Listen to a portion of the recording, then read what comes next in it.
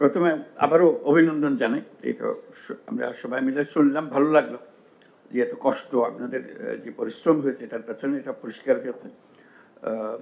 এই এই এই পরিশ্রম, এই মেধা, এই মনোযোগ দেওয়ার জন্য জাতির পক্ষ থেকে আবারও আপনাদেরকে অভিনন্দন জানাচ্ছি, কৃতজ্ঞতা জানাচ্ছি। কতগুলো কাজ এসে যাবে এখন এই আলোচনার পর থেকে।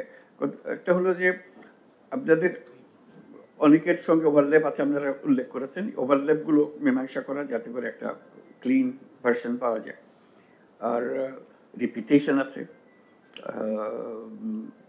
কোনো সাংঘর্ষিক কিছু থাকলে সেগুলো নিষ্পত্তি করা যায় কিনা, যাতে করে আমরা রিপোর্টগুলো এমন অবস্থায় পাই যাতে ওর মধ্যে আবার ঢুকতে না হয়। পরিচ্ছন্ন একটা রিপোর্ট যেটা আমরা জাতির সামনে পেশ করতে পারবো, ওইটা একটা অংশ রয়ে গেল, ওইটা চেষ্টা করা।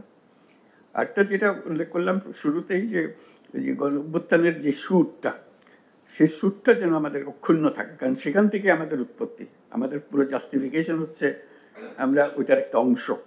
ওই অংশটাকে যেন আমরা ভুলে না যাই, যে এটা প্রতিষ্ঠিত করি, এবং যে জাতির আকাঙ্ক্ষা, এই 25শে আগস্ট যেটা হয়েছে সেটা সমগ্র জাতির আকাঙ্ক্ষার ভিত্তিতেই হয়েছে। সেই আকাঙ্ক্ষাকে যেন আমরা ধরে রাখতে পারি, এমনভাবে ধরে রাখতে পারি যেন এটা ক্রমাগতভাবে প্রতিষ্ঠিত করার কাজে সবাই এগিয়ে আসতে পারে, কারণ এটার সঙ্গে কারো দ্বন্দ্ব নেই। এটাতে আমরা একমত ছিলাম, এখনো একমত আছি। নানা রকমের হয়তো খুঁটিনাটি বিষয়ের সঙ্গে আলাপ আলোচনা হয়েছে কিছু, কিন্তু আবার আমরা সেই ঐক্যে ফিরে যেতে চাই। এই জিনিসটা আমাদের পুরো প্রচেষ্টাটাই হলো জাতির ঐক্যকে এক জায়গাতে নিয়ে আসা।